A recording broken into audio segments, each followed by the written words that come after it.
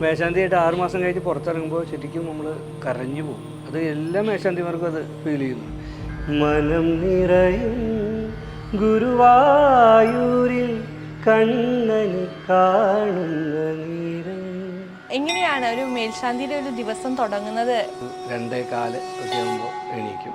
എന്നിട്ട് അമ്പലക്കുളത്തിൽ അവിടെയാണ് കുളിക്കുക. കുളി കഴിഞ്ഞ് കറക്റ്റ് 3 മണിയാകുമ്പോഴേക്കും നട തുറക്കണം. അവിടുന്ന് മണി കേൾക്കുമ്പോൾ ശരിക്കും എല്ലാവരും വിചാരിക്കുക ഭഗവാൻ കണ്ണൻ, ഉണ്ണിക്കണ്ണൻ എന്നുള്ള ഒരു സങ്കല്പം. ശരിക്കും അവിടെ ചെയ്യുന്ന പൂജ മഹാവിഷ്ണുവിൻ്റെ പൂജ, ആ സങ്കല്പം തന്നെയാണ്, ആ വിഗ്രഹവും അങ്ങനെ തന്നെയാണ്. പക്ഷേ നമ്മൾ ഉണ്ണിക്കണ്ണനായിട്ടാണ് കരുതുന്നത്. മേശാന്തി എല്ലാവർക്കും വിഷു കൈനീട്ടം കൊടുക്കും. അപ്പോൾ അതൊരു വലിയൊരു ഭാഗ്യമാണ് ആൾക്കാർക്ക് വന്ന്. അപ്പോൾ ആ സമയത്ത് ഭഗവാന്റെ ശ്രീലകത്ത് ഭഗവാനോടൊപ്പം ഈ പറഞ്ഞ പോലുള്ള വെള്ളരിക്ക, ബാക്കി എല്ലാ വിഷു വിഭവങ്ങളും വെച്ചുകൊണ്ടുള്ള ആ ഒരു കണി കാണാന്ന് പറഞ്ഞത് ഏറ്റവും വലിയൊരു എന്താ പറയുക, കണ്ണനും തിരുമേനിയും ഒറ്റയ്ക്കാകുന്ന ഒരു സമയമാണല്ലോ പൂജകളുടെ സമയം.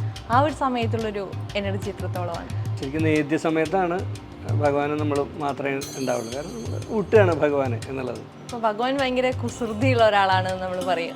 അങ്ങനത്തെ എന്തെങ്കിലും അനുഭവങ്ങൾ ഉണ്ടായിട്ടുണ്ട്? അത് ഉണ്ടായിട്ടുണ്ട്. അതല്ല, പൊതുവെ എല്ലാ മേശാന്തിമാർക്കും ഉണ്ടായിട്ടുണ്ടാവും. നമസ്തേ, ജനം ടി വിയുടെ എല്ലാ പ്രേക്ഷകർക്കും ഹൃദയം നിറഞ്ഞ ഒരു വിഷുദിനം ആശംസിക്കുകയാണ്. വിഷു എന്ന് പറയുമ്പോൾ തന്നെ നമ്മുടെ എല്ലാവരുടെയും ഉള്ളിലേക്ക് ആദ്യം ഓടിയെത്തുന്നത് ഉണ്ണിക്കണ്ണൻ്റെ മുഖമായിരിക്കും, ഗുരുവായൂരപ്പൻ്റെ മുഖമായിരിക്കും. ആ ഗുരുവായൂരപ്പനെ അടുത്തിരുന്ന് സേവിക്കാനുള്ള ഭാഗ്യം ലഭിച്ച ഗുരുവായൂരിലെ മുൻ മേൽശാന്തിയായിട്ടുള്ള കക്കാടില്ലത്ത് ഡോക്ടർ കിരൺ ആനന്ദ് നമ്പൂതിരിയാണ് ഈ വിഷുദിനത്തിൽ നമുക്കൊപ്പം ചേരുന്നത്. നമസ്കാരം. വളരെ സന്തോഷം. ഈ വിഷു ദിനത്തിൽ കാണാൻ സാധിച്ചു എന്നുള്ളത് തന്നെയാണ് എനിക്ക് തോന്നുന്നു അതിൽ ഏറ്റവും മനോഹരമായിട്ടുള്ള ഒരു കാര്യം. നമുക്കെല്ലാവർക്കും വിഷു എന്ന് പറയുമ്പോൾ തന്നെ കണ്ണനെ ഒന്ന് കാണാനുള്ള കൊതിയോട് കൂടിയിട്ടാണ് ഇനിയിക്കുന്നത് വരെ, അല്ലേ? അപ്പോൾ എങ്ങനെയാണ് ചേട്ടൻ്റെ ഒരു വിഷു ഓർമ്മകൾ? വിഷു ഓർമ്മകൾ ഈ പറഞ്ഞ പോലെ ഭഗവാന് കണിയൊരുക്കും. കീഴ്ശാന്തിമാരാണ് ഭഗവാന് മുഖമണ്ഡപത്തിൽ തന്നെ കണിയൊരുക്കുക. എന്നിട്ട് സാധാരണ ദിവസം പോലെ തന്നെ 3 മണിയാകുമ്പോൾ നട തുറക്കുക എന്നുള്ളത്. അപ്പോൾ ആ സമയത്ത് ഭഗവാന്റെ ശ്രീലകത്ത് ഭഗവാനോടൊപ്പം ഈ പറഞ്ഞ പോലുള്ള വെള്ളരിക്ക, ബാക്കി എല്ലാ വിഷു വിഭവങ്ങളും വെച്ചുകൊണ്ടുള്ള ആ ഒരു കണി കാണാമെന്ന് പറഞ്ഞത് ഏറ്റവും വലിയൊരു എന്താ പറയുക, പറഞ്ഞറിയിക്കാൻ ലഭിച്ച ഒരു വ്യക്തിയാണ്. അത് ഗുരുവായൂരപ്പൻ്റെ അനുഗ്രഹം കൊണ്ട്, ആ 4 കുടുംബത്തിലെ ഒരാളായത് കാരണം കൊണ്ട് എപ്പോഴും ഭഗവാനെ സേവിക്കാനുള്ളൊരു ഭാഗ്യം ഉണ്ടായി. ഈ ഉണ്ണിക്കണ്ണനുമായിട്ട് അടുത്ത് നമുക്ക് ഭക്തിയാണെങ്കിലും സ്നേഹമാണെങ്കിലും ഒക്കെ ഭയങ്കരമായി പ്രകടിപ്പിക്കാൻ സാധിക്കുന്ന ഒരു ഭഗവാനാണ്, അല്ലെ? ഇപ്പൊ കണ്ണനോട് നമുക്ക് കുഞ്ഞിനെ പോലെ പെരുമാറാം, സഹോദരനെ പോലെ പെരുമാറാം എന്നൊക്കെ നമുക്ക് പറയും. എങ്ങനെയാണ് ഒരു മേൽശാന്തി ആയിരുന്ന കാലഘട്ടത്തില് കണ്ണനോടുള്ള ഒരു സ്നേഹം അത് എങ്ങനെയായിരുന്നു? അതെ, അത് ശരിക്കും ഒരു വ്യത്യസ്തമായൊരു അനുഭവം തന്നെയാണ്. കാരണം ഞാനിപ്പോൾ 18 വയസ്സ് മുതൽ ഊഴം തുടങ്ങി ഗുരുവായൂർ അമ്പലത്തിൽ പൂജ ചെയ്യുന്ന ഒരാളാണ്. അതിന് നമ്മൾ എങ്ങനെയാ പറയാ, മേൽശാന്തി അല്ലാതിരിക്കുന്ന സമയത്തും അതെ അതെ ആ ഒരു പാരമ്പര്യം ഉണ്ട് എന്നുള്ളതാണ്, അല്ലേ? അത് 4 കുടുംബങ്ങളുണ്ട്. കക്കാട്, മുന്നൂലം, പഴയം, പൊട്ടക്കുഴി. ഈ 4 കുടുംബങ്ങളാണ് ഓദിക്കൻ കുടുംബങ്ങൾ. ഈ കുടുംബത്തിലെ ഒരാൾ എല്ലാ ദിവസവും പൂജ ഉണ്ടാവും അവിടെ. ഉദയാസ്തമന പൂജ, പന്തീരടി പൂജ, പിന്നെ അഭിഷേകം, ഈ കാര്യങ്ങളെല്ലാം ചെയ്യുന്നത് ശ്രീഭൂതബലി, ഇതൊക്കെ ചെയ്യുന്നത് ഓദിക്കൻ കുടുംബത്തിലെ ഒരാൾ ഉണ്ടാവണം എന്തായാലും. അപ്പോൾ അതിലൊരു കുടുംബമായതുകൊണ്ട് നമുക്കെപ്പോഴും അമ്പലത്തിൽ ഊഴമുണ്ടാവും. അപ്പോൾ നമ്മുടെ ബ്രാഞ്ചിൻ്റെ ഒരു സമയം എന്ന് പറഞ്ഞാൽ ഓഗസ്റ്റ്, സെപ്റ്റംബർ ആ സമയത്താണ്. പക്ഷേ ഈ കക്കാടില്ലാത്ത ഒരാൾ എല്ലാ ദിവസവും അവിടെ ഉണ്ടാവണം എന്നുള്ളതാണ്. അപ്പോൾ മേശാന്തിയായ സമയം ഞാൻ ഒക്ടോബർ മുതൽ മാർച്ച് വരെയുള്ള സമയത്തായിരുന്നു. അപ്പോൾ ഉത്സവം ആ സമയത്തൊക്കെയാണ് ഞാൻ മേശാന്തിയാവാനുള്ള ഭാഗ്യം ഉണ്ടായത്. അപ്പോൾ സ്വാഭാവികമായിട്ടും വിഷു സമയത്ത് ഉണ്ടായിട്ടില്ല. പക്ഷെ എന്താണ് അവിടെ കാര്യങ്ങൾ നടക്കുന്നത് എന്നുള്ളത് അറിയാം. കാരണം ചെറുപ്പം മുതലേ നമുക്ക് ഉള്ളിൽ പോകുന്ന കാരണം കൊണ്ട്. കണ്ണന്റെ ഒരു വിഷുദിനം എങ്ങനെയാണ് എന്ന് പറഞ്ഞാൽ അതെ തീർച്ചയായിട്ടും. അതായത് ശരിക്കും എല്ലാവരും വിചാരിക്കുക ഭഗവാൻ കണ്ണൻ, ഉണ്ണിക്കണ്ണൻ എന്നുള്ള ഒരു സങ്കല്പം. ശരിക്കും അവിടെ ചെയ്യുന്ന പൂജ മഹാവിഷ്ണുവിൻ്റെ പൂജ, ആ സങ്കല്പം തന്നെയാണ്, ആ വിഗ്രഹവും അങ്ങനെ തന്നെയാണ്. പക്ഷേ നമ്മൾ ഉണ്ണിക്കണ്ണനായിട്ടാണ് കരുതുന്നത്. ഭഗവാന്റെ വിഷു വിഭവങ്ങൾ, പ്രത്യേക വിഭവങ്ങളുണ്ട്. പിന്നെ ഈ വിഷു കാഴ്ചകൾ, അതെല്ലാമാണ് വിഷുവിൻ്റെ ദിവസം. പിന്നെ മേശാന്തി എല്ലാവർക്കും വിഷു കൈനീട്ടം കൊടുക്കും. അപ്പോൾ അതൊരു വലിയൊരു ഭാഗ്യമാണ് ആൾക്കാർക്ക് വന്ന് മേശാന്തിയുടെ കയ്യിൽ നിന്ന് വാങ്ങിക്കുക എന്നുള്ളത്. അപ്പോൾ അത് ഈ ഏപ്രിൽ മുതൽ ഒക്ടോബർ വരെ ചുമതലയേറ്റ മേശാന്തിക്കാണ് അതിനുള്ള ആ ഒരു ഭാഗ്യം. ഭക്തർക്ക് എല്ലാവർക്കും വന്നുകൊണ്ട് മേശാന്തിയുടെ കയ്യിൽ നിന്ന് വിഷു കൈനീട്ടം വാങ്ങുക എന്നുള്ളതും. പിന്നെ തീർച്ചയായിട്ടും ആ നട തുറക്കുന്ന സമയത്ത് തന്നെ ഭഗവാനെ കാണുമ്പോൾ അതിനോടൊപ്പം വിഷുക്കണിയും കൂടി കാണുന്നുള്ളത്. സാധാരണ ദിവസങ്ങളിൽ പോകുമ്പോൾ ഭഗവാനെയാണ് നമ്മൾ നിർമ്മാല്യ ദർശനം എന്നുള്ള രീതിയിൽ. ഇത് ആ ശ്രീകോവിലേക്ക് നോക്കുമ്പോൾ വിഷുക്കണി കൂടി കാണുക എന്നുള്ളതാണ് അതിൻ്റെ ഒരു ഭാഗ്യം. അപ്പോൾ എൻ്റെ വിഷു ഓർമ്മകൾ അങ്ങനെ തന്നെയാണ്. അധികവും മറ്റേ രാവിലെ നേരത്തെ പോവാറുണ്ട്, ഭഗവാനെ അവിടുന്ന് കണ്ടത്. ഈ കണ്ണനെ എപ്പോഴാണ് കണി ഒരുക്കുന്നത്? രാത്രി തന്നെ ഒരുക്കി വെക്കുകയോ? നേരത്തെ തന്നെ. അപ്പോൾ പൊതുവേ 3 മണിക്ക് നട തുറക്കുന്നു വെച്ചാലും കീഴ്ശാന്തിമാർ വളരെ നേരത്തെ തന്നെ അവിടെ എത്തി നേദ്യം ഉണ്ടാക്കുന്ന കാര്യങ്ങൾ, പിന്നെ അതുപോലെ ഇപ്പോൾ വിഷു ദിവസമാണെങ്കിൽ വിഷു കണിക്കുള്ളത് കാര്യങ്ങളെല്ലാം ഒരു നേരത്തെ തന്നെ ഒരുക്കും. ശരിക്കും 3 മണിക്ക് തുറക്കുന്നു വെച്ചിട്ട് 1 മണിക്ക് മുമ്പ് തന്നെ അവരവിടെ എത്തി ഈ കാര്യങ്ങളെല്ലാം അറേഞ്ച് ചെയ്തുകൊണ്ടാണ് കറക്റ്റ് 3 മണിയാകുമ്പോൾ നട തുറക്കുമ്പോൾ ആ വിഷു കാഴ്ച നമുക്ക് കാണാൻ ദർശിക്കുന്നത്. അത് അതിന് അവർ ചെയ്യുന്ന ഒരു യത്നം തന്നെയാണത്. കുറേ കാര്യങ്ങൾ ചെയ്യുന്നുണ്ട് ആ സമയം. സാധാരണ ദിവസങ്ങളിലും അങ്ങനെ തന്നെയാണ്. കാരണം മേശാന്തി 2 കാലം കുളിച്ച് അകത്തേക്ക് കയറുക, 3 മണിയാകുമ്പോഴേക്കും നടക്കുക. അതിനു മുമ്പ് തന്നെ കീഴ്ശാന്തിമാർ നേദ്യമായിക്കൊള്ളട്ടെ, ബാക്കി കുറേ അവിടുത്തെ എണ്ണ ഒഴിച്ച് തിരിയെല്ലാം കത്തിച്ച് വയ്ക്കുക, അങ്ങനെ കുറേ കാര്യങ്ങൾ ഉള്ളിൽ ചെയ്യാനുണ്ടല്ലോ. അതെല്ലാം അവർ ചെയ്തുകൊണ്ടാണ് കറക്റ്റ് നമുക്ക് 3 മണിക്ക് ഈ ദർശനം സാധ്യമാവുന്നത്. ഇപ്പോൾ കണി ഒരുക്കുന്നതിനെ കുറിച്ച് സംസാരിക്കുമ്പോൾ കണ്ണന് കണി ഒരുക്കുമ്പോൾ എന്തൊക്കെ കാര്യങ്ങളാണ് ശ്രദ്ധിക്കാറുള്ളത്? ഓക്കെ, അപ്പോൾ അതിൽ ശരിക്കും എനിക്കിപ്പോൾ ഓർമ്മ വരുന്നത്, എൻ്റെ അമ്മ ഒരു കവിത എഴുതിയിട്ടുണ്ട്. എൻ്റെ അമ്മയുടെ പേര് ശാരദ ആനന്ദൻ. അമ്മ അത്യാവശ്യം ഭക്തപ്രിയ അങ്ങനത്തെ മാസികകളിലൊക്കെ എഴുതാറുണ്ട്. അപ്പോൾ അമ്മ എഴുതിയൊരു കവിത ഞാൻ ട്യൂൺ ചെയ്ത്, ഞാനും എൻ്റെ അത്തമാർ ഡോക്ടർ മാനസിയും പിന്നെ അനീതി മഞ്ജരി, ഞങ്ങൾ 3 പേരും കൂടി ചേർന്ന് പാടിയിട്ടുണ്ട് ആ പാട്ട്. അപ്പോൾ അതിൻ്റെ ഒരു കുറച്ച് വരികളിൽ കറക്റ്റ് ഈ ഇത് പറയുന്നുണ്ട്. തുടക്കം മുതൽ പാടാം, അതിൻ്റെ ഇടയ്ക്ക് വെച്ചിട്ടാണ് ഈ വിഷുക്കണിയുടെ കാര്യം പറയുന്നത്. മേടപ്പൂമഴ പനി നീർ തൂകി കൊന്ന മരത്തിനു കുളിരായി, തൂമയിലങ്ങനെ കൊന്ന പൂക്കൾ കിങ്ങിണി പോലെ കളിയാടി, കിങ്ങിണി പോലെ കളിയാടി. പാടവരമ്പത്തോടി നടക്കും കണിവെള്ളരിയിൽ അരിയൂറി, പാടവരമ്പത്തോടി നടക്കും കണിവെള്ളരിയിൽ അരിയൂറി, വാരിയണിഞ്ഞു മഞ്ഞപ്പട്ടും ചെഞ്ചായങ്ങളും അതിമോദാൽ, വാരിയണിഞ്ഞു മഞ്ഞപ്പട്ടും ചെഞ്ചായങ്ങളും അതിമോദാൽ, ചെഞ്ചായങ്ങളും അതിമോദാൽ. ഇനി അടുത്തതാണ് എന്തൊക്കെയാണ് ഒരുക്കത്തിനുള്ളത്. നിറയും നാഴിടങ്ങഴിപ്പറയും ഉരുളിയിലരിയും ഫലമൂലം, വാൽക്കണ്ണാടി അലക്കിയ മുണ്ടും സ്വർണം വെള്ളി നിറകിണ്ടി, മംഗളമരുളാൻ അമ്മയൊരുക്കും പുതുവർഷപ്പൂക്കണി കാണാൻ, മിഴികൾ തുറന്നാൽ ഉടനെ തെളിയണമെന്നുടെ മുൻപിൽ കണ്ണാനി, നൽകണമേ നൽകണമേ പാൽപുഞ്ചിരിനിയും, അതുമതി അടിയനു കൈനീട്ടം, ഞാനലിയട്ടെ അതിലതിമോദം, ഇനി എന്തൊരു സുകൃതം നേടാൻ, ഞാനലിയട്ടെ അതിലതിമോദം, ഇനി എന്തൊരു സുകൃതം നേടാൻ. അതിൽപ്പോ ഒരു സുഹൃതം വേറെ ഇല്ല. അത് തന്നെയാണ് ഏറ്റവും വലിയൊരു ഭാഗ്യം എന്ന് പറയുന്നത്.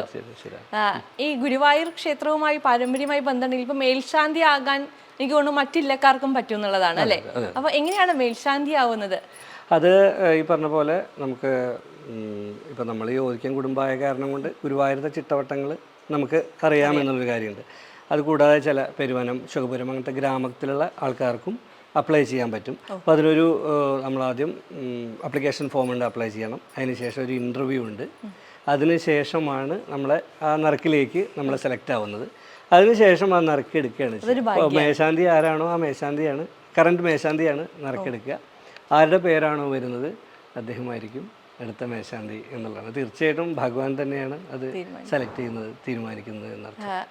അങ്ങനെ ഒരു ഭഗവാൻ അങ്ങനെ തിരഞ്ഞെടുത്തു എന്നറിഞ്ഞപ്പോൾ ഉണ്ടായ സന്തോഷം അത് എത്രത്തോളമാണ്? അത് സത്യം പറഞ്ഞാൽ തീർച്ചയായിട്ടും ഞാൻ ആദ്യമായിട്ടായിരുന്നു കൊടുത്തത്. കാരണം ഞാൻ നാട്ടിലുണ്ടായിരുന്നില്ല, ആയുർവേദ ഡോക്ടറാണ് ഞാൻ. അപ്പോൾ ഞങ്ങൾ മോസ്കോയിലായിരുന്നു.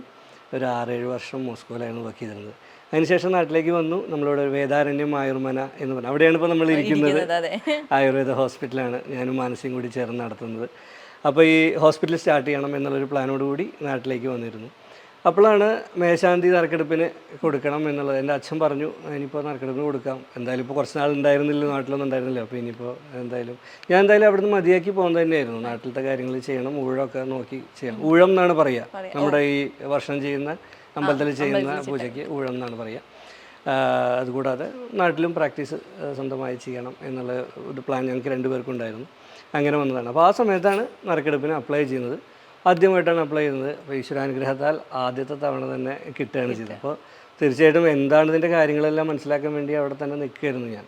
മീൻസ് ആ ഒരു ഉച്ചപൂജ നട തുറന്ന ശേഷം തന്ത്രി, മല്ലിശ്ശേരി നമ്പൂരി, പിന്നെ മേശാന്തി എല്ലാവരും വന്നിരുന്ന് ആ ഒരു കുടത്തിൽ നിന്ന്, വെള്ളിക്കുടത്തിൽ നിന്ന് ഒരു നറുക്കെടുക്കുക എന്നുള്ളതാണ് ആ ഒരു രീതി. അപ്പോൾ അതിൽ എൻ്റെ പേര് വന്നപ്പോൾ തീർച്ചയായിട്ടും എനിക്ക് സന്തോഷമാണോ സങ്കടമാണോ വന്നതെന്ന് വെച്ചില്ല, അങ്ങനത്തെ ഒരു അവസ്ഥയിലായിരുന്നു. അപ്പോൾ ഏതായാലും വേഗം ഭഗവാനെ എന്താ ചെയ്യേണ്ടത് വെച്ചില്ലാത്ത അവസ്ഥയിൽ തന്ത്രി പറഞ്ഞു നമസ്കരിക്കൂ എന്നാണ്. അപ്പോഴാണ് ആ ഗുരുവായൂർ നമസ്കരിക്കുന്നത്. വേഗം നടക്കിൽ നമസ്കരിച്ചു. പിന്നെ ഒക്കെ ഇങ്ങനെ എന്തൊക്കെയോ നടന്നു സംഭവിച്ചു. എല്ലാം ഗുരുവായൂരപ്പൻ, കാരണം അത് കിട്ടുക എന്നുള്ളതൊരു ഭാഗ്യം. അതിലേറെ ഭാഗ്യവും അനുഗ്രഹവും വേണം 6 മാസം നമുക്ക് ബുദ്ധിമുട്ടില്ലാതെ ഇത് കഴിച്ചു കൂട്ടുക എന്നുള്ളത്. കാരണം ഒരു സാധാരണ മനുഷ്യൻ്റെ കാര്യങ്ങളല്ല നമ്മൾ ചെയ്യുന്നത്. കാരണം വളരെ കുറച്ച് ഉറക്കം, ഭക്ഷണത്തിന് നിയന്ത്രണങ്ങളുണ്ട്. അപ്പോൾ അതെല്ലാം സാധ്യമാവണമെങ്കിൽ അത് നമ്മളെ കരുതൽ വേണം, ആരോഗ്യം വേണം, ശ്രദ്ധ വേണം, ഭഗവാന്റെ അനുഗ്രഹവും വേണം. എങ്ങനെയാണ് ഒരു മേൽശാന്തിയുടെ ഒരു ദിവസം തുടങ്ങുന്നത്? എങ്ങനെയാണ്? മേൽശാന്തി ഏകദേശം ഒരു 2:15 ഒക്കെ ആകുമ്പോൾ എണീക്കും. എന്നിട്ട് അമ്പലക്കുളത്തിൽ അവിടെ മേൽശാന്തി തന്ത്രി ഓദിക്കന്മാർ എന്ന് പറഞ്ഞിട്ടുള്ള ആ ഒരു കടവുണ്ടല്ലോ ഭഗവതി അമ്പലത്തിൻ്റെ അടുത്ത്, അവിടെയാണ് കുളിക്കുക. കുളി കഴിഞ്ഞ് കറക്റ്റ് 3 മണിയാകുമ്പോഴേക്കും നട തുറക്കണം. അവിടുന്ന് മണി കേൾക്കുമ്പോൾ അതിന് മുമ്പായിട്ട് തന്നെ അകത്തെത്തുക, കാര്യങ്ങളെല്ലാം ചെയ്ത് 3 മണിക്ക് കറക്റ്റ് നട തുറന്ന് പിന്നെ അവിടുന്ന് ആദ്യം തന്നെ ഭഗവാനൊരു മലർ നിവേദ്യം ഉണ്ട്. പിന്നെ മുഖം ചന്ദനം ചാർത്തൽ, അത് കഴിഞ്ഞാൽ പിന്നെ ഉഷപൂജ, മലർ നേദ്യമുണ്ട്, ഉഷനേദ്യമുണ്ട്. നെയ്പായസമൊക്കെ ആ സമയത്താണ് നേദിക്കുക. അതിനുശേഷം ഉഷപൂജ, പിന്നെ ശീവേലി, പിന്നെയാണ് പൂജ. പിന്നെ പന്തീരടി പൂജ അത് ഒഴിക്കന്മാരാണ് ചെയ്യുക. അതെ. പിന്നെ ഉച്ചപൂജ മേശാന്തിയുടെ, അധിക പൂജകളും മേശാന്തിയുടെ ഡ്യൂട്ടിയിൽ വരുന്നതാണ്. പിന്നെ വൈകുന്നേരം ഒരു ശിവേലി ഉണ്ട്, വൈകുന്നേരം നട തുറന്ന ശേഷം. അപ്പോൾ സംഭവം എന്താ വെച്ചാൽ നമ്മൾ ഏകദേശം ഒരു 1 മണിയാവും വെള്ളം പോലും കുടിക്കാം. രാവിലത്തെ ഭക്ഷണം ഇല്ല. രാവിലെ ഉച്ചപൂജ കഴിഞ്ഞിട്ട് ഭക്ഷണം കഴിക്കാൻ പാടുള്ളൂ. കാരണം ഭക്ഷണം കഴിച്ചുകൊണ്ട് പൂജ മുതലായ കാര്യങ്ങൾ ചെയ്യാറില്ല. ഗുരുവായൂർ അമ്പലത്തിൽ അങ്ങനെ ഒരു രീതി ഇല്ല. ഓയ്ക്കന്മാരായിക്കോട്ടെ ആരായിക്കോട്ടെ, പൂജ ഉണ്ട് വെച്ചാൽ ആ പൂജ കഴിഞ്ഞിട്ട് ഭക്ഷണം കഴിക്കാൻ പാടുള്ളൂ. അപ്പോൾ രാവിലെ 2:15 എണീറ്റിട്ട് ഉച്ചയ്ക്ക് ഏകദേശം 1 മണിയാവും ഉച്ചപൂജ കഴിഞ്ഞ് പുറത്തേക്ക് വരണം. അപ്പോഴാണ് നമ്മൾ എന്തെങ്കിലും ഒന്ന് കഴിക്കുക. പക്ഷേ അതിൻ്റെ ആ ക്ഷീണം കാര്യങ്ങൾ അങ്ങനെ നമുക്ക് ഫീൽ ചെയ്യില്ല. കാരണം നമ്മുടെ അത്രയും വലിയൊരു എനർജിയുടെ അടുത്താണ് നമ്മൾ നിൽക്കുന്നത്. അപ്പോൾ അത് നമ്മളെ കൊണ്ടുപോയിക്കോളും എന്നുള്ളതാണ്. പുറത്തേക്ക് ഇറങ്ങി കഴിഞ്ഞാൽ നമുക്ക് വളരെ തളർച്ച അനുഭവപ്പെടും. അപ്പോൾ തന്നെ മേശാന്തി മുറിയിൽ പോയിട്ട് എന്തെങ്കിലും വെള്ളം കുടിക്കും. പിന്നെ നിവേദ്യം തന്നെയാണ് കഴിക്കുക എന്നുള്ളതാണ്. അതെ. പിന്നെ വൈകിട്ട് വീണ്ടും ശിവേലി ഉണ്ട്, പിന്നെ അതുണ്ട്, എന്താ പറയുക, അത്താഴപൂജ മേശാന്തിയുടെ ഉത്തരവാദിത്തമാണ്. ദീപാരാധന, പിന്നെ രാവിലെ തന്നെ ഒരു ചെറിയ ഗണപതി ഹോമമുണ്ട്, അതും മേശാന്തിയുടെ ഉത്തരവാദിത്തം. രാത്രി അത്താഴപൂജ, അത് കഴിഞ്ഞൊരു ശിവേലി, ഇതെല്ലാം കഴിഞ്ഞൊരു 10 മണിയൊക്കെ കഴിയും എല്ലാം കഴിയാൻ. അതിനുശേഷം ഉറങ്ങുക, പിന്നെ വീണ്ടും 2:15 എണീക്കുക. 10 മണിക്ക് ഉറങ്ങി 10:30 കഴിയും ഉറങ്ങാൻ. പിന്നെ വീണ്ടും 2 മണിയാകുമ്പോഴേക്കും എണീക്കണം. അതെ. ഉച്ചയ്ക്ക് കുറച്ച് സമയം ചിലപ്പോൾ കിടക്കാനൊരു അവസരം കിട്ടും. നട അടച്ച സമയത്തുണ്ട് ഒരു 1:30 ആകുമ്പോഴേക്കും പോന്നിട്ട് പിന്നെ ഒരു 3:30-4 മണിയാകുമ്പോഴാണ് നട തുറക്കേണ്ടത്. ആ ഒരു സമയത്ത് പിന്നെ ചിലപ്പോൾ കുറവാണ്. ഭക്ഷണത്തിലും നിയന്ത്രണം, മൊബൈൽ ഫോണോ അങ്ങനത്തെ കാര്യങ്ങളൊന്നും ഉപയോഗിക്കാൻ പാടില്ല. ഒന്നുമില്ല. അപ്പോൾ ആ ഒരു ജീവിതശൈലിയിലേക്ക്, ഇപ്പോൾ മോസ്കോയിലൊക്കെ താമസിച്ച ഒരാളാണ്, അപ്പോൾ നാട്ടിൽ വന്ന ഉടനെ മൊത്തത്തിൽ ജീവിതശൈലി മാറുകയാണ്. കാരണം എനിക്കൊരു ഭാര്യയെയും കുടുംബത്തെയും ഒന്നും കാണാൻ പോലും പറ്റാത്ത ഒരു 6 മാസക്കാലമാണ് മേൽശാന്തിയായിരിക്കുന്ന 6 മാസം. അപ്പോൾ എങ്ങനെയാണ് ആ ഒരു ചേഞ്ചിനെ അഡോപ്റ്റ് ചെയ്തത്? അതിൽ ഭയങ്കര രസം എന്താ വെച്ചാൽ മാനസി പ്രഗ്നൻ്റ് ആയിരുന്നു ആ സമയത്ത്. അപ്പോൾ കുഞ്ഞുമണി സുമേധ മാർച്ച് 16-നാണ് ഉണ്ടാവുന്നത്. അപ്പോൾ അതിനു മുമ്പായിട്ട് തന്നെ മേശാന്തിയുടെ നറുക്കെടുപ്പ് കിട്ടിയെന്ന് പറഞ്ഞപ്പോൾ തന്നെ ഞാൻ അമ്മൂനോട് പറഞ്ഞു ഇങ്ങനെയൊക്കെയാണ് കാര്യങ്ങൾ. അപ്പോൾ അമ്മ എങ്ങനെ വെച്ചാൽ പ്ലാൻ ചെയ്യണം. എൻ്റെ സാമീപ്യം ഉണ്ടാവില്ല, തീർച്ചയായിട്ടും ഡെലിവറി സമയത്ത് ഉണ്ടാവില്ല. അപ്പോൾ അത് കാരണം ഞാൻ ഗുരുവായൂരപ്പൻ്റെ അടുത്ത് തന്നെയായിരുന്നു പ്രാർത്ഥിച്ച. ഉച്ചപൂജ നട തുറന്ന് വരുമ്പോഴാണ് ഞാൻ അറിഞ്ഞത് ഇങ്ങനെ പെൺകുഞ്ഞുണ്ടായി എന്നുള്ളത്, മാർച്ച് 16-ാം തീയതി. എന്നിട്ട് അത് കഴിഞ്ഞ് മാർച്ച് 31 കഴിഞ്ഞിട്ടാണ് ഞാൻ ആദ്യമായിട്ട് മോളെ കാണുന്നത്. അതെ.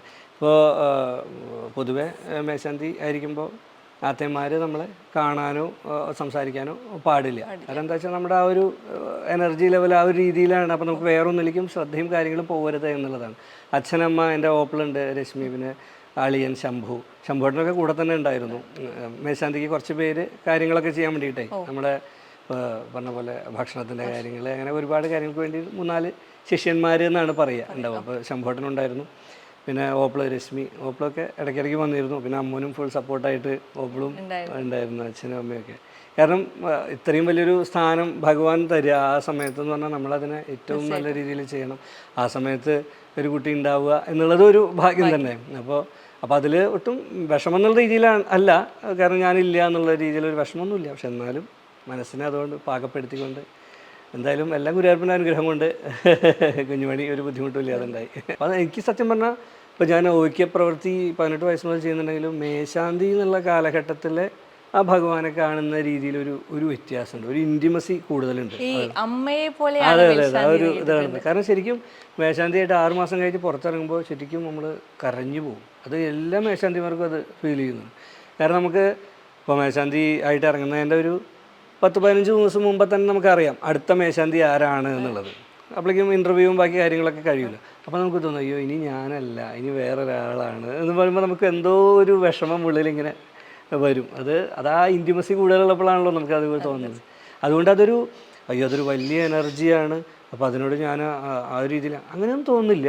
നമ്മൾ ചെയ്യേണ്ട കാര്യങ്ങൾ എന്തോ ഒരു ഒഴുക്കിൽ ഇങ്ങനെ വൃത്തിയായിട്ട് നടന്നു പോകുന്നു. അത് ഭഗവാൻ വിചാരിക്കുന്നത് എവിടെ നടക്കുന്നുള്ളൂ എന്നുള്ളതാണ് സത്യം. നമ്മളെന്തൊക്കെ കാര്യങ്ങൾ പറയുന്നുണ്ടെങ്കിലും അവിടുത്തെ കാര്യങ്ങൾ ഭഗവാൻ വിചാരിച്ച പോലെ തന്നെയാണ് എന്നും നടക്കാറുള്ളത്. ഇപ്പോൾ നമ്മൾ മേൽശാന്തി അടിക്കുന്ന സമയത്ത് കണ്ണനെ കാണാൻ എത്തുന്നവരെല്ലാവർക്കും മേൽശാന്തി എന്ന് പറയുമ്പോൾ അതേ ബഹുമാനത്തോടു കൂടി കാണുന്ന, അല്ലെങ്കിൽ വന്ന് സംസാരിക്കുന്ന അവരുടെ സങ്കടങ്ങളും വിഷമങ്ങളും ഒക്കെ പറയാൻ എത്താറുണ്ടോ? അല്ലെങ്കിൽ അവർ പറയുന്ന വിഷമങ്ങളൊക്കെ എങ്ങനെയാണ്? അതന്നെയാണ് പ്രത്യേകിച്ച് എടുത്ത് പറയേണ്ട ഒരു കാര്യം. അതാ എനർജിയുടെ പ്രത്യേകതയായിരിക്കാം, ആ സമയത്ത് നമുക്ക് കിട്ടിയ സ്ഥാനത്തിൻ്റെ പ്രത്യേകതയായിരിക്കാം. ആ സമയത്ത് നമ്മൾ അവരോട് പറയുന്ന എന്തെങ്കിലും വഴിപാടുകളോ കാര്യങ്ങളോ ചെയ്യുമ്പോൾ അവരുടെ ബുദ്ധിമുട്ടുകൾ തീർച്ചയായിട്ടും മാറിപ്പോകാറുണ്ട് എന്നുള്ളതാണ്. അപ്പോൾ അത് കഴിഞ്ഞ് അവർ വന്ന് പറയാറുമുണ്ട്. അപ്പോൾ ഓരോ ചിലർക്ക് അസുഖത്തിൻ്റെ ആയിരിക്കും, അല്ലെങ്കിൽ കുട്ടികളുണ്ടാവാതെ. അപ്പോൾ ആ കുട്ടീനെയും കൊണ്ട് അവർ വരും. ഞാൻ പ്രവൃത്തി കൂടി ചെയ്യുന്നതാണ്. ആ സമയത്ത് മേശാന്തി ആയിരിക്കുന്ന സമയത്ത് അങ്ങ് പറഞ്ഞിട്ട് ഞങ്ങൾ വഴിപാടുകൾ കഴിച്ചിട്ടുണ്ടായിരുന്നു, എനിക്ക് അപ്പോഴേക്കും ശരിയായി എന്ന് പറഞ്ഞിട്ട് ആ കുട്ടിയും കൊണ്ട് വരിക. അങ്ങനെ ഒരുപാട് ശുഭഫലങ്ങൾ അവർക്ക് ഉണ്ടാകുമ്പോൾ നമുക്കുണ്ടാകുന്ന ഒരു സന്തോഷം വേറെ തന്നെയാണ്. അത് ആ സ്ഥാനത്തിൻ്റെ പ്രത്യേകതയാണ്. അത് X or Y ആരാണെങ്കിലും അതല്ല, ആ മേശാന്തി എന്നുള്ള സ്ഥാനത്തിൻ്റെ ഒരു പ്രത്യേകതയാണത്. കണ്ണനെ ഒരുപാട് സ്നേഹിക്കുന്നവർക്ക് കണ്ണൻ അടുത്തുണ്ടാകുന്നതാണ്, അല്ലെങ്കിൽ അത് അനുഭവിക്കാൻ പറ്റും എന്ന് പറഞ്ഞു കേട്ടിട്ടുണ്ട്. ഇപ്പോൾ ഒരുപാട് ഭക്തർക്കാണെങ്കിലും അല്ലെങ്കിൽ ഗുരുവായൂരിൽ എത്തുന്ന ഒരുപാട് പേര് തന്നെ കണ്ണൻ വന്ന് സഹായിച്ചതുപോലെ തോന്നി എന്ന് പറഞ്ഞു കേട്ടിട്ടുണ്ട്. അങ്ങനെ ഒരു അനുഭവം ഉണ്ടായിട്ടുണ്ടോ ജീവിതത്തിൽ? എനിക്ക് ഒരു ഗൈഡൻസ് എന്നുള്ള രീതിയിലാണ് പലപ്പോഴും തോന്നിയിട്ടുള്ളത്. കാരണം നമ്മളെന്തെങ്കിലും ഒരു തീരുമാനം എടുക്കുമ്പോൾ, അല്ലെങ്കിൽ നമുക്ക് എന്തെങ്കിലും കാര്യങ്ങൾ ചെയ്യുമ്പോൾ നമുക്കത് എങ്ങനെ അനുഭവത്തിൽ വരികയാണ്, ഇതിങ്ങനെയാണ് വേണ്ടത് അല്ലെങ്കിൽ എങ്ങനെയാണ് ചെയ്യേണ്ടത് എന്നുള്ള ആ ഒരു തീരുമാനമെടുക്കുന്നതിലുള്ള ഒരു സപ്പോർട്ട് എന്നുള്ള രീതിയിലാണ് എനിക്ക് ഫീൽ ചെയ്തിട്ടുള്ളത്. പിന്നെ എനിക്ക് ഏറ്റവും ഇഷ്ടപ്പെട്ട കാര്യം പൊതുവെ ഞാൻ എപ്പോഴും പറയാറുണ്ട്, ഈ ചന്ദനം ചാർത്തുക, കളഭം ചാർത്തുക എന്നുള്ള കാര്യത്തിലാണ്. അപ്പോൾ അത് ഞാൻ പലതരത്തിൽ ഭഗവാനെ അണിയിച്ചൊരുക്കാൻ ഉള്ള ശ്രമങ്ങൾ ചെയ്യാറുണ്ട്. അപ്പോൾ അതിലും ഈ പറഞ്ഞ പോലെ അതിലൊക്കെയാണ് ഭഗവാന്റെ ഗൈഡൻസ്. ഞാൻ മുമ്പേ പറഞ്ഞിട്ടുള്ളതാണ്. ഞാൻ ഒരു ആനയോട്ട ദിവസം ചാർത്തിയതാണ്. ഭഗവാൻ ഇങ്ങനെ ആനപ്പുറത്തിരുന്നുകൊണ്ട് കൊടിമരം തൊടുന്ന ആന തുമ്പിക്കൈ കൊണ്ട് കൊടിമരം തൊടുക എന്നുള്ളത്. ആനയോട്ടത്തിൽ ജയിക്കുന്ന ആന ആദ്യം കൊടിമരം തൊടുക, ആ ആനയ്ക്കാണ് ഫസ്റ്റ് പ്രൈസ് എന്നുള്ള രീതിയിലാണ് അതിൻ്റെ ഒരു സമ്പ്രദായം.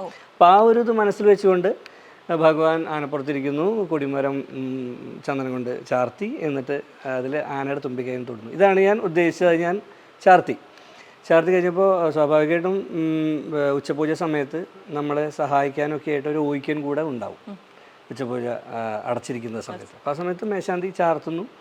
അപ്പോൾ ഊയ്ക്കൻ, എൻ്റെ ഓർമ്മ ശരിയാണെങ്കിൽ പൊട്ടക്കുഴി ഇല്ലാത്ത ഭവദാസ് ഊയ്ക്കൻ എന്ന് പറഞ്ഞ ഊയ്ക്കനായിരുന്നു അന്ന് കൂടെ ഉണ്ടായിരുന്നത്. അപ്പോൾ അദ്ദേഹം പറഞ്ഞു, അയ്യോ മേശാന്തി കൊടിമരത്തിന് ഒരു ചെരിവുണ്ട് എന്ന് പറഞ്ഞു. അപ്പോൾ ഞാൻ കുറച്ച് നീങ്ങി നോക്കുമ്പോൾ അയ്യോ അത് ചെരിഞ്ഞു പോയിട്ടുണ്ട് അല്ലേ എന്ന് തോന്നി. അപ്പോൾ അദ്ദേഹം പറഞ്ഞു, അതല്ല, ശരിക്കും കൊടിമരത്തിനൊരു ചെരിവുണ്ട്, എന്ന് പറഞ്ഞു. അപ്പോൾ അത് അദ്ദേഹം വളരെ സീനിയർ ആയിട്ടുള്ള ആളാണ്. അപ്പോൾ എനിക്കറിയണ്ടായിരുന്നില്ല അങ്ങനെ ഒരു ഇത്. അപ്പോൾ അത് അദ്ദേഹം പറഞ്ഞു നമ്മളത് ചാർത്തി വന്നപ്പോൾ അത് അങ്ങനെയായി. അപ്പോൾ അത് ശരിക്കും യഥാർത്ഥത്തിൽ അവിടെ ഉള്ളൊരു സംഭവം തന്നെ അതിൽ വന്നു എന്നുള്ളതാണ്. അപ്പം ഇങ്ങനെ അനേകായിരം കാര്യങ്ങൾ ചെറിയ ചെറിയ ഇതുകൾ നമുക്ക് ഉണ്ടാവാറുണ്ട്. പിന്നെ ചിലരോട് നമ്മൾ എന്തെങ്കിലുമൊക്കെ വഴിപാടുകൾ എന്തെങ്കിലും പറയുമ്പോൾ ചിലപ്പോൾ നമുക്ക് തോന്നും ഇതും കൂടി പറയാം. അപ്പോൾ അതെന്തോ ഒരു പറയുന്ന ഒരു ശക്തിയായിട്ട് എനിക്ക് തോന്നാറുണ്ട്. നല്ല ഫലങ്ങൾ അവർക്ക് ഉണ്ടാവാറുമുണ്ട് എന്നുള്ളതാണ്. അത് എൻ്റെ കഴിവല്ല, ഭഗവാന്റെ ഒരു അനുഗ്രഹം കൊണ്ട് അവർ ആ സമയത്ത്, അതുകൊണ്ടാണ് അവർക്ക് ആ സമയത്ത് ഗുരുവായൂർ വന്ന് തൊഴാൻ പോയി. നമുക്ക് ആലോചിച്ച് നോക്കും, നമ്മളിപ്പോൾ ഒരു അമ്പലത്തിൽ പോകാൻ പ്ലാൻ ചെയ്തെന്ന് വിചാരിക്കുക. ആ സമയത്ത് നമുക്ക് വേറെ എന്തൊക്കെ കാര്യങ്ങൾ ചെയ്യാം അല്ലേ?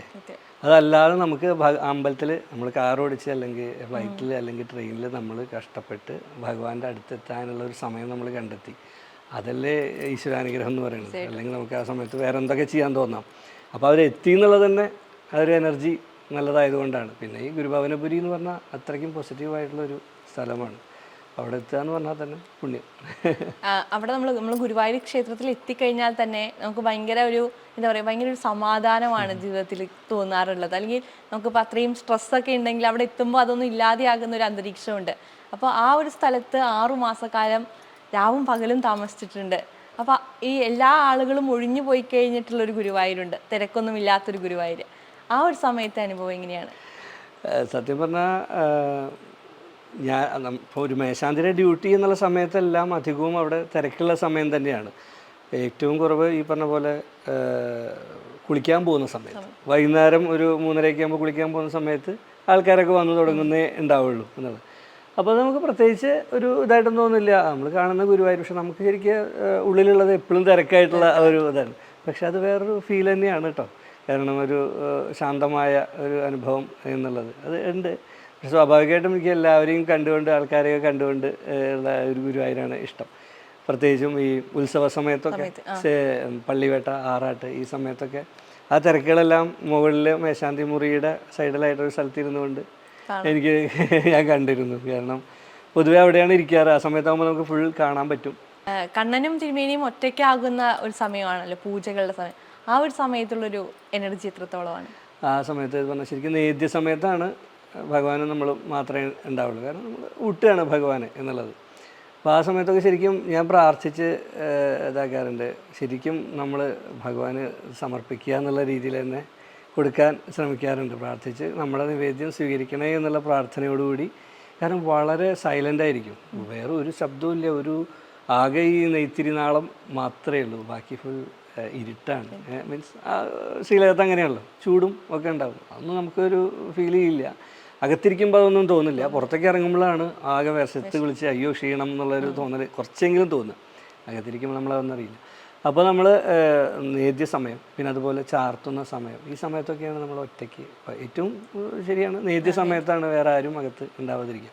പിന്നെ പുഷ്പാഞ്ജലി ചെയ്യുന്ന സമയത്ത് എല്ലാ നക്ഷത്രങ്ങളെയും വേണ്ടി നമ്മൾ പുഷ്പാഞ്ജലി കഴിക്കാറുണ്ട്. കാരണം അനേകായിരം ഭക്തജനങ്ങൾ നമ്മളോട് അവരുടെ പേരും നക്ഷത്രവും വന്നുകൊണ്ട് ചെയ്യാറുണ്ട്. ചിലർ എഴുതി തരും പേര് നക്ഷത്രം, മറ്റു ചിലരും അങ്ങനെ പ്രത്യേകിച്ച് എഴുതി തരില്ല. ഇങ്ങനെ എന്തെങ്കിലും ഒരു പുഷ്പാഞ്ജലി ചെയ്യണമെന്ന് പറഞ്ഞു. അപ്പോൾ നമ്മളെല്ലാവരെയും മനസ്സിൽ കണ്ടുകൊണ്ട് ചെയ്യണമല്ലോ. അപ്പോൾ അശ്വതി മുതൽ രേവതി വരെയുള്ള എല്ലാ നാളുകളും പറഞ്ഞുകൊണ്ട് ഭഗവാന് അത്താഴപൂജ സമയത്ത് പ്രത്യേകിച്ചും ആ സമയത്ത് പുഷ്പാഞ്ജലി കഴിക്കും, ഉച്ചപോയ സമയത്തും അത്. അപ്പോൾ അതൊക്കെയാണ് നമുക്ക് ചെയ്യുന്ന കുറച്ച് കർത്തവ്യങ്ങളുണ്ട്.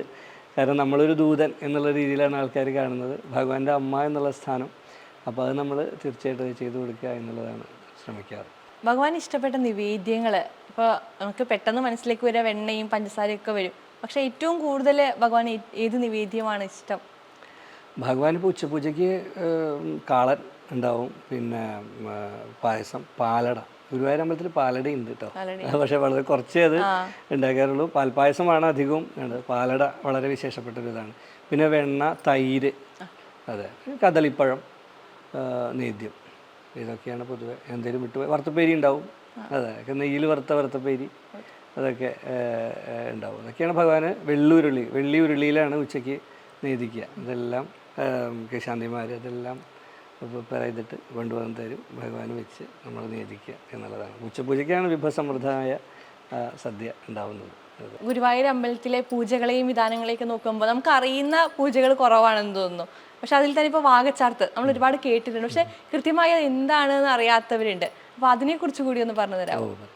അതായത് ഇപ്പോൾ നട തുറക്കുമ്പോൾ നമ്മൾ കാണുമല്ലോ ഭഗവാനെ, അതാണ് നിർമ്മാല്യ ദർശനം. തലേ ദിവസം എങ്ങനെയായിരുന്നു ഭഗവാനെ അണിയിച്ചൊരുക്കിയത് അതേ രീതിയിൽ തന്നെ ഭഗവാനെ കാണുന്നു. കളഭവും ചന്ദനവും ഒക്കെ ഒരുക്കി ആ ഒരു രൂപം. എന്നിട്ട് പിന്നെ പതുക്കെ മേശാന്തി ഈ ഉടയാടകൾ, പിന്നെ ഈ ചാർത്തിയ ചന്ദനം, കളഭം ഇതെല്ലാം എടുക്കും. എന്നിട്ട് ഭഗവാനെ കുളിപ്പിച്ച് വൃത്തിയാക്കുക, തൈല അഭിഷേകം ചെയ്യും. അതിനുശേഷം വാഗച്ചാർത്ത്. അപ്പോൾ വാഗയിട്ടുകൊണ്ട് ശരിക്കും പറയാ വെച്ചാൽ വാഗയിട്ടുകൊണ്ട് ഒരു ഉണ്ണീനെ കുളിപ്പിക്കുമല്ലോ നമ്മൾ, എണ്ണ തേച്ച് സോപ്പിന് പകരം വാഗ ചേർത്ത് വാഗ തേച്ച് കുളിപ്പിച്ച് വൃത്തിയാക്കുക എന്നുള്ളതാണ്. അതിനുശേഷം പിന്നെ അഭിഷേകങ്ങളുണ്ട്, അതും ചിലപ്പോൾ സപ്തശുദ്ധി അഭിഷേകം. എല്ലാ ദിവസവും 100 ഉരു എന്ന് പറഞ്ഞാൽ കൗണ്ട് 100 തവണ ഈ അഭിഷേകങ്ങൾ. അത് ഈ ഓയ്ക്കന്മാർ, ഈ 4 കുടുംബങ്ങളിലെ ഒരാൾ എല്ലാ ദിവസവും വേണം. അപ്പോൾ 25 കൗണ്ട് വീതം ഓരോ ഇല്ലത്തെ ഓയ്ക്കനും ചെയ്യും ഈ സപ്തശുദ്ധി അഭിഷേകം. അതൊക്കെ ആ ഡയറ്റിയുടെ എനർജി കൂട്ടാൻ വേണ്ടിയിട്ടുള്ള കാര്യങ്ങളാണ്. ഇതെല്ലാം എല്ലാ ദിവസവും ഗുരുവായൂർ നടക്കുന്ന കാര്യങ്ങൾ. പിന്നെ ഞാൻ പറഞ്ഞു മലർ നിവേദ്യം. മലര് ആണ് ആദ്യമായി ഭഗവാന് കൊടുക്കുന്ന നേദ്യം, മലർ നേദ്യം എന്നാണ് പറയുന്നത്. മലരുണ്ടാവും, കദളിപ്പഴം ഉണ്ടാവും. അതിനുശേഷം പിന്നെ ഉഷനേദ്യത്തിന് ശർക്കര പായസം ഭഗവാന് രാവിലെ സമർപ്പിക്കും. പിന്നെ ഉഷപൂജ. ഉഷപൂജയ്ക്ക് സാധാരണ നേദ്യങ്ങളൊക്കെ തന്നെയാണ്, പായസവും കദളിപ്പഴമൊക്കെ തന്നെ. പിന്നെന്താ, പിന്നെ പ്രത്യേകമായിട്ടുള്ളത് ഉച്ചപൂജയാണ്. ഞാൻ പറഞ്ഞ പോലെ പ്രത്യേകമായിട്ട് എല്ലാ വിഭവങ്ങളോടും കൂടി എല്ലാം കൂടി. അതായത് ഉച്ചപൂജ സമയത്താണ് ഭഗവാനെ കളഭം കൊണ്ട് അലങ്കരിക്കുക. അപ്പോൾ അതിനു മുമ്പ് പന്തീരടി പൂജ ഉണ്ട്. പന്തീരടി പൂജ ഞാൻ പറഞ്ഞല്ലോ, ഓയ്ക്കന്മാരാണ് പന്തീരടി പൂജ ചെയ്യുക. ആ സമയത്തും ഭഗവാനെ ഒന്ന് അലങ്കരിക്കും. മുഖം, തിരുമുഖം ചന്ദനം കൊണ്ടാണ് മുഖം എപ്പോഴും ചെയ്യുക. കളഭം മുഖത്ത് വെക്കില്ല, കാരണം കളഭത്തിൽ കുറച്ച് കർപ്പൂരത്തിൻ്റെ അംശമുണ്ട്. അപ്പോൾ അത് സ്വാഭാവികമായിട്ടും ഉണ്ണിക്കണ്ണൻ എന്നുള്ള ആ സങ്കല്പത്തിൽ മുഖത്തായാൽ നീറും എന്നുള്ള ആ ഒരു ഇതുകൊണ്ട് മുഖത്ത് കർപ്പൂരം തൊടാറില്ല. ദേഹത്ത് കളഭം കൊണ്ട് ആണ്, അല്ല മുഖത്ത് കളഭം തൊടാറില്ല, ഉടലിലാണ് കർപ്പൂരം കൊണ്ട് കളഭം കൊണ്ട് അലങ്കരിക്കുക. അത് ഉച്ചപൂജ സമയത്താണ് ആ അലങ്കാരം, ഫുള്ളായിട്ടുള്ള അലങ്കാരം ചെയ്യുക. അപ്പോൾ അതും ഒരു വിശേഷപ്പെട്ട തന്നെയാണ്. അത്താഴപൂജയ്ക്ക് പിന്നെ പ്രത്യേകമായിട്ട് അപ്പം, അട ഇതൊക്കെ വൈകിട്ട് അത്താഴപൂജയ്ക്ക് രാത്രിയാണ് നേദിക്കുക. ഇതൊക്കെയാണ് വിശേഷമായ നേദ്യങ്ങൾ ഭഗവാൻ നൽകുന്നത്. ഇതെല്ലാം ചെയ്യുന്നത് മേശാന്തിയാണ്, ഇതെല്ലാം ഭഗവാന് കൊടുക്കുക എന്നുള്ളതാണ്. ഈ 3 നേരത്തും 3 ഭാവങ്ങളിൽ ഭഗവാനെ കാണാൻ പറ്റുമെന്ന് കേട്ടിട്ടുണ്ട്. അങ്ങനെ ഒരു ഇതില്ല കേട്ടോ. അതായത് ഇപ്പോൾ ഈ ഭാവം എന്നുള്ളത് ഇപ്പോൾ ചാർത്തുന്ന ഓയ്ക്കനോ അല്ലെങ്കിൽ മേശാന്തിയോ ഉദ്ദേശിക്കുന്ന അവർക്ക് തോന്നുന്ന ഒരു സങ്കല്പത്തിൽ ഇല്ലില്ല, ഇന്നത് വേണമെന്നില്ല. ഇപ്പോൾ ഈശ്വരാധീനം കൊണ്ട് മേശാന്തി ആയിരിക്കുന്ന സമയത്ത് ഈ ദശാവതാരങ്ങൾ എന്നുള്ള രീതിയിൽ ഓരോ അവതാരങ്ങളായിട്ടും ഞാൻ ചാർത്താൻ ശ്രമിച്ചിട്ടുണ്ട്. സാധിച്ചു. നരസിംഹാവതാരം ഒഴികെ ബാക്കിയുള്ള അവതാരങ്ങൾ നരസിംഹാവതാരം പല ഗുരുക്കന്മാർ കാരണവന്മാർ പറഞ്ഞു ഇവിടുത്തെ ഒരു സങ്കല്പം എന്നുള്ളത് ഒരു ഉണ്ണിക്കണ്ണൻ, ഒരു സൗമ്യഭാവം എന്നുള്ളതായതുകൊണ്ട് ആ നരസിംഹം എന്നുള്ള ആ ഒരു ഇത് ഞാൻ എന്തോ എൻ്റെ ഒരു യുക്തിക്ക് അങ്ങനെ തോന്നിയത് കൊണ്ട് ഞാൻ ചാർത്തിയില്ല എന്നേ ഉള്ളൂ. പലരും ചാർത്താറുണ്ട് നരസിംഹം എന്നുള്ള രീതിയിലും സൗമ്യ നരസിംഹം എന്നുള്ള ഒരു ഭാവത്തിലും ചാർത്താറൊക്കെ ഉണ്ട്. ഞാൻ ചാർത്തിയിട്ടില്ല എന്ന് മാത്രം. അപ്പോൾ അങ്ങനെ പല രീതിയിൽ ചാർത്താറുണ്ട്. അപ്പോൾ രാവിലെ ഒരു ഭാവം, ഉച്ചയ്ക്കൊരു ഭാവം, വൈകിട്ട് അങ്ങനെ ഒരു രീതിയിൽ ഇല്ല.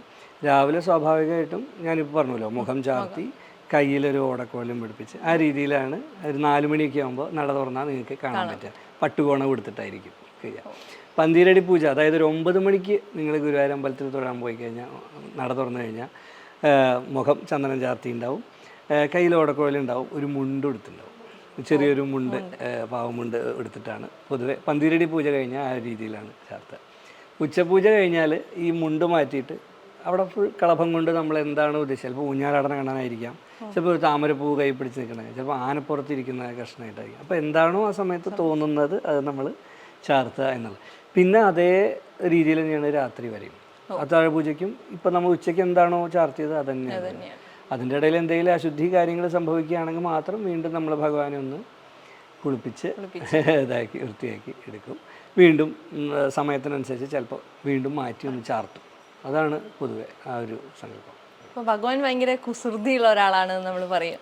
അങ്ങനത്തെ എന്തെങ്കിലും അനുഭവങ്ങൾ ഉണ്ടായിട്ടുണ്ട്? അത് ഉണ്ടായിട്ടുണ്ട്. അതല്ല പൊതുവെ എല്ലാ മേശാന്തിമാർക്കും ഉണ്ടായിട്ടുണ്ടാവും. എന്താ വെച്ചാൽ തിലകങ്ങളുണ്ട് എല്ലാം അവിടെ. തിലകം, സ്വർണത്തിൻ്റെ തിലകങ്ങൾ, പിന്നെ ഓടക്കുഴൽ, അങ്ങനെ കുറേ കിരീടം, ഇതെല്ലാം അകത്ത് നമ്മൾ ഉപയോഗിക്കുന്ന സാധനങ്ങൾ, അതെല്ലാം മേശാന്തിയുടെ ഉത്തരവാദിത്തമാണ്. ഈ കാര്യങ്ങളെല്ലാം അകത്ത് തന്നെയാണ് വെക്കുക, ഒരു ബോക്സിൻ്റെ ഉള്ളിൽ പൂട്ടി വെക്കുക എന്നുള്ളത്. അപ്പോൾ ഇടയ്ക്ക് ഈ പറഞ്ഞ പോലെ തിലകങ്ങൾ, ഈ നമ്മൾ ആദ്യം ചന്ദനം വയ്ക്കും, അതിൻ്റെ മുകളിൽ തിലകം വയ്ക്കും, എന്നിട്ട് നമ്മൾ വിളക്കിൻ്റെ പ്രഭയിൽ നമ്മൾ അഡ്ജസ്റ്റ് ചെയ്യും. അപ്പോൾ അതിൻ്റെ റിഫ്ലക്ഷനിലാണ് നമുക്കത് തിളങ്ങി കാണുന്നത്. കാരണം നേരെ തിലകം വെച്ച് കഴിഞ്ഞാൽ അത് റിഫ്ലക്ഷൻ ഉണ്ടാവില്ലല്ലോ. അപ്പോൾ ഒന്ന് ചെരിച്ചിട്ടാണ് വെക്കുക. അപ്പം അങ്ങനെ വെക്കണമെങ്കിൽ അടിയിൽ കുറച്ച് ചന്ദനം വേണം. അപ്പോൾ ചന്ദനം ഒരു മുട്ട് പോലെ ഇങ്ങനെ വെച്ചിട്ട് അതിൻ്റെ മുകളിൽ ഈ തിലകം വെച്ച് പതുക്കെ അഡ്ജസ്റ്റ് ചെയ്ത് വെക്കും. അങ്ങനെയാണ് തിളങ്ങി കാണുന്നത്. അപ്പോൾ ചിലപ്പോൾ ഈ സാധനം അവിടെ നിന്ന് വീഴും. നമ്മൾ ചന്ദനത്തിന് മുകളിൽ ജസ്റ്റ് പിടിപ്പിച്ച് വെക്കുകയല്ലേ, അപ്പോൾ വെള്ളം കൂടിയിട്ടോ എന്തെങ്കിലും കാരണം കൊണ്ട് അത് വീഴും. അപ്പോൾ അത് താഴത്തെല്ലാം പൂവല്ലേ, ആൾക്കാർ ഒരുപാട് പേര് ആരാധിക്കും. വൈക്കന്മാർ വരും, പുഷ്പാഞ്ജലി ചെയ്യും, മേശാന്തി വരും, ഇതെങ്ങാനും അടിയിൽ പോയാൽ കാണാതെ പോകും. അപ്പോൾ അത് നമ്മുടെ ഉത്തരവാദിത്തമാണ്. അപ്പോൾ നമുക്ക് ഈശ്വര ഭഗവാൻ ഈ സാധനം എങ്ങനെയെങ്കിലും കിട്ടണമല്ലോ എന്നുള്ള ടെൻഷനും കാര്യങ്ങളും അത് ഒരു പൊതുവേ എല്ലാ മേശാന്തിമാർക്കും അങ്ങനെ ഉണ്ടാവും. പക്ഷെ അത് എങ്ങനെയെങ്കിലും എവിടെയെങ്കിലുമൊക്കെ തന്നെ കിട്ടുകയും ചെയ്യും. അത് ഒന്നെങ്കിൽ പൂവിൻ്റെ ഇടയിൽ ഉണ്ടാവാം, അല്ലെങ്കിൽ നേരത്തെ എങ്ങാനും ഇതായി കിടക്കുന്നുണ്ടാവാം. അപ്പോൾ അതെപ്പോഴും ടെൻഷൻ അടുപ്പിക്കുന്ന ഒരു കാര്യമാണ്. കാരണം ഭഗവാന്റെ ഒരു സ്വത്ത് എന്ന് പറയുമ്പോൾ അത് തീർച്ചയായിട്ടും നമുക്കത് നമ്മുടെ പൂർണ്ണ ഉത്തരവാദിത്തത്തിലാണേനും അങ്ങനെയൊക്കെയുള്ള കുസൃതികളും കാര്യങ്ങളും ഉണ്ടായിട്ടുണ്ട്. അതെ. പിന്നെ ചില മേശാന്തിമാരൊക്കെ പറയാറുണ്ട് ഓടക്കുഴലൊന്നും ഇടയ്ക്ക് കാണാതെ പോവുക, അങ്ങനെ എവിടെയെങ്കിലും ഒന്ന് മിസ്പ്ലേസ് ആവുക എന്നുള്ളൊരു രീതിയിൽ. അപ്പോൾ എനിക്ക് തിലകാണ് ഉണ്ടായിട്ടുള്ളത്. ഒരുപാട് അമ്മമാര് വരുന്നുണ്ടാവുമല്ലോ. കണ്ണൻ എന്ന് പറയുമ്പോൾ തന്നെ അമ്മമാർക്ക് കൂടുതൽ വാത്സല്യം ഒരു പൊടിക്ക് കൂടുതലാണെന്ന് നമുക്ക് പറയാം. അപ്പൊ ആ അമ്മമാരിൽ ഹൃദയത്തിൽ സ്പർശിച്ച ഒരമ്മയുണ്ടോ? അല്ലെങ്കിൽ അയ്യോ, ഒരുപാട് പേര് അവർ വന്ന് കരയുകയാണ് ചിലപ്പോൾ. ചിലരൊക്കെ അവരുടെ ആ ഒരു ഭക്തിയുടെ ആ ഒരു ഇത് കാരണം കൊണ്ട്. കാരണം ഈ ഭക്തിയുടെ ലെവൽ പലർക്കും പല തരത്തിലാണല്ലോ. ചിലർക്കത് ഒന്ന് കൺട്രോൾ ചെയ്തിട്ടുള്ള ഒരു ഭക്തി ഉണ്ടാവും, ചിലർക്കത് ഏറ്റവും ഡീപ്പായ കാരണം കൊണ്ട് അവർ വിഷമവും സങ്കടവും എല്ലാം കൂടി വന്നിട്ടുള്ള ഒരു അനുഭവം. അപ്പോൾ ഞാൻ ആൾക്കാരെ കാണുമ്പോൾ നമുക്ക് ഒരുപാട് പേരെ നമ്മൾ ഓരോ ദിവസവും ഇങ്ങനെ കാണുകയല്ലേ. അപ്പോൾ നമുക്ക് അറിയാം അവരെന്താണ് പ്രതീക്ഷിക്കുന്നത്. അപ്പോൾ ഭഗവാന്റെ അടുത്ത് പോകുമ്പോൾ എന്താ പറയുക, പാട്ട് പാടിക്കൊടുക്കാറുണ്ടോ, അങ്ങനെ കുറേ കാര്യങ്ങൾ, അവരുടേതായ സംശയങ്ങൾ, ബാക്കി കാര്യങ്ങൾ, ഇത് പ്രാർത്ഥിക്കണം, ഇത് പറയണം. എന്നിട്ട് അടുത്ത തവണ വരുമ്പോൾ ചിലപ്പോൾ ചിലരെയൊക്കെ നമുക്ക് നല്ലോണം ഓർമ്മ ഉണ്ടാവും, അവരുടെ ആ ഒരു വിഷമവും കാര്യം. അപ്പോൾ ഞാൻ പറഞ്ഞു, അമ്മയെ ഞാനത് വിചാരിച്ചിട്ടുണ്ട് കേട്ടോ, പ്രാർത്ഥിച്ചിട്ടുണ്ട് കേട്ടോ. അപ്പോൾ നമ്മളത് ഓർക്കുന്നുണ്ട് എന്ന് പറയുമ്പോൾ അവർക്ക് ഉണ്ടാവുന്ന സന്തോഷം, അതൊക്കെയാണല്ലോ ഒരു അമ്മയ്ക്ക് ഏറ്റവും കൂടുതൽ പ്രതീക്ഷിക്കുന്നത്. ഇപ്പോൾ ഗുരുവായൂരപ്പനെ കുറിച്ചുള്ള ഒരുപാട് വിശേഷങ്ങൾ നമ്മൾ പറഞ്ഞു. കണ്ണനെ കുറിച്ചുള്ള ഒരു പാട്ട് കൂടി ആയാലോ നമുക്ക് ഈ വിഷുദിനത്തിലെ? തീർച്ചയായിട്ടും. എൻ്റെ സുഹൃത്ത് രഘുനാഥ് ഗുരുവായൂർ എഴുതിയ മലർ നിവേദ്യം എന്ന് പറഞ്ഞ് ഞങ്ങൾ പുറത്തിറക്കിയ ഒരു ഗുരുവായൂരപ്പൻ്റെ ഭക്തിഗാന ആൽബം. അപ്പം ഞാൻ സംഗീതം ചെയ്ത് പാടിയ ഒരു പാട്ടാണിത്. കളഭമെഴും മുഖചന്ദ്രികയും ഹിങ്ങിയും കാൽത്തളകളുമായി മനം നിറയും ഗുരുവായൂരിൽ കണ്ണനെ കാണുന്ന നേരം, മണിവർണ്ണനെ കാണുന്ന നേരം, ഒഴുകുന്ന കാറ്റിൽ പോലും നിറയുന്ന ചന്ദനഗന്ധം,